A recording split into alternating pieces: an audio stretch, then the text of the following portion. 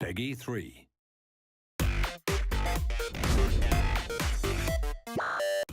Hello and welcome to the Play Like a Legend Championships preview show. Now the live Season 1 final is just a few days away. The online qualifiers have finished. What are we going to expect? Well, I'm here with pro player Dave Bytheway and we're going to talk about who the big players taking part in the tournament are and exactly how things work. So Dave, over $30,000 up for grabs. Before we talk about the key individuals, how does the structure of the tournament work? Okay, so we're going to have 16 players battling it out in 4 groups of 4, the top 2 of which will then progress into the knockout stages. Okay, so the 2 best players from each group go through. What happens after that? After that, we're going to be left with 8 quarter-finalists. It will play each other home and away. The winners will then go into the semi-final, final, where we will get our eventual winner. Okay, that's the structure of the tournament covered. Tell us about some of the people you think might do well in this Season 1 final. Firstly, I've got Bruce Gronek. He's probably the biggest name in competitive FIFA. He's a multiple world champion. He's got absolutely bags of experience.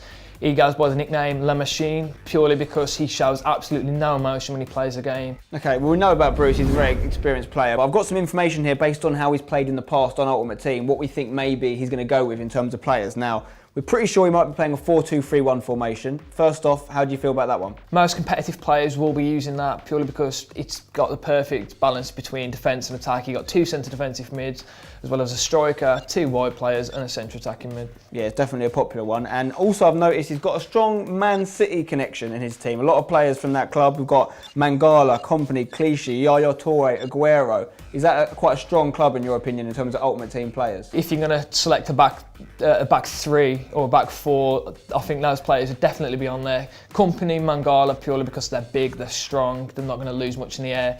Clichy, he's pretty tall as well, he's got a lot of pace.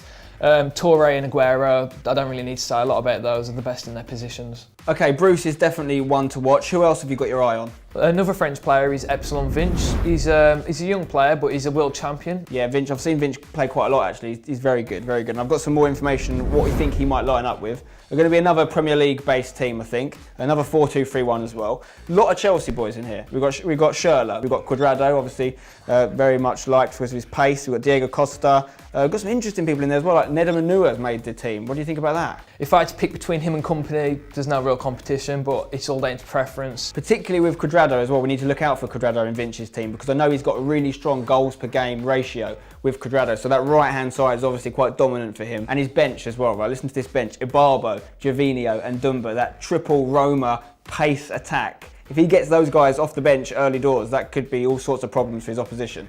Yeah, I'm expecting to see quite a lot of Italian teams throughout this tournament purely because of those 3. Like the chemistry between those is just, it's insane. So if he finds himself struggling late on in a game, he'll just bring those 3 on and it'll frighten any opponent. It could change the game. Well, that's going to be interesting to see how Vinch gets on then. Who else we got? Who else do you like? Well, now we've got a UK player.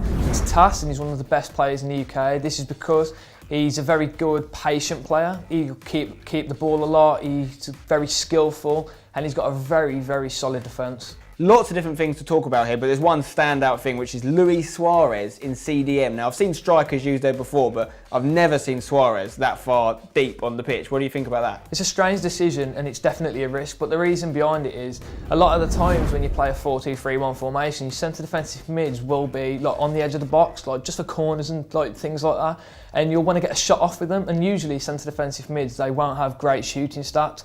So obviously if a shot, the ball falls out to Suarez, you're going to fancy him to score if he shoots from the edge of the box. So that's definitely the thinking behind that. Okay, well there's a few other things to talk about in his team. I mean, he's got some informs, quite a few informs, I think 4 in there he might use. He's got Ronaldo and Messi. Now both of them in the same lineup. We've got the Liga BBVA connection there.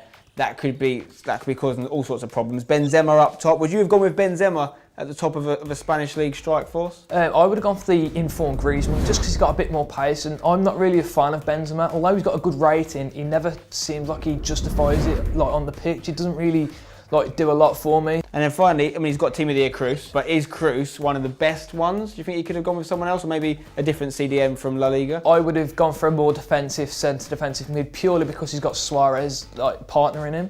So you would have thought that he would have gone for a very defensive centre defensive mid than a very attacking one, just to kind of balance it out a bit, because obviously Suarez in defence is not going to be doing that great. Okay, so Tas's team, lots to talk about, lots to look out for when he does play. Who else do you think might do well in this tournament? Next we've got a Spanish player, Fer Perry, or Fernando Martinez as his name is. He's a very, very good attacking player, as he's proved in the past. He attacks with a style it's not really seen a lot. He's very skillful, but he does a lot of things that you just wouldn't expect, which is why he's so lethal in attack. We don't know exactly who he's going to go with, but we have a reason to believe he may be using some legends. Right now, there's a rule with legends in this tournament. You can only use 3 in your starting 11, no more than 3. But we know 4 legends that he likes using, so it's probably going to be 3 of these 4. And they are a Kocha, a 5-star skiller obviously, Figo, Weah and Pele. Who's your favourite out of them lot? Okocha for the 5-star skill moves, got to be. The difference between 4 and 5 is there's so many more like effective moves that you can do with 5, which is why a lot of people like have Ronaldo in the squad, other than the fact like he's obviously the best player on the game.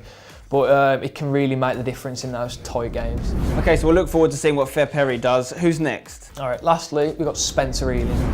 Now, unlike everyone else that I've mentioned so far, Spencer is actually a really unexperienced player. He's only been to 1 LAN tournament and he actually won it. I've got to say, he's one of the most interesting teams because he could potentially be lining up to start with Aaron Lennon and Balassi on each side of the flanks. Like, what do you think about those two? They're not the strongest players. Well, they've definitely got a lot of pace between them, but I don't think they're going to be used a lot. I think they're definitely going to get subbed straight off along with Remy. Now, on his bench, he may get involved, maybe in early substitutions we spoke about, is Ronaldo.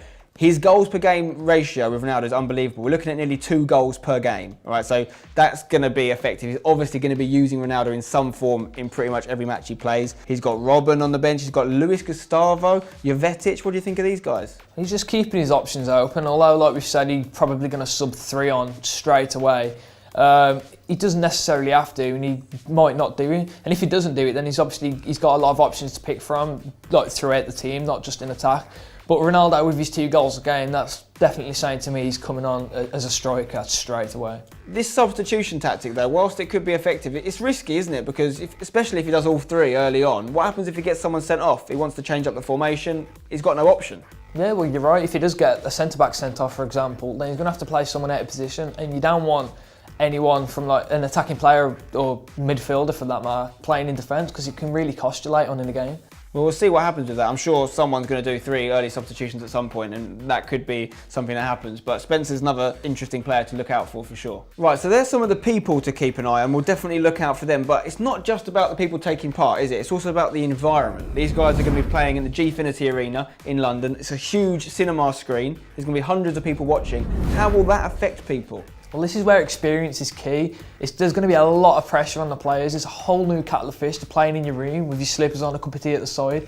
But then again, that being said, Spencer he came from that scenario.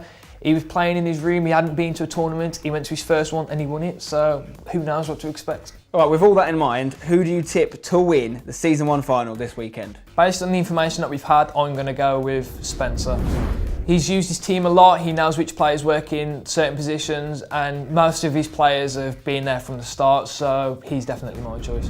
I'm not going to go with Spencer, I'm actually going to go with Bruce, because he's been there, he's done that, it's a big stage, he excels on the big stage, so my tip is Bruce Granek.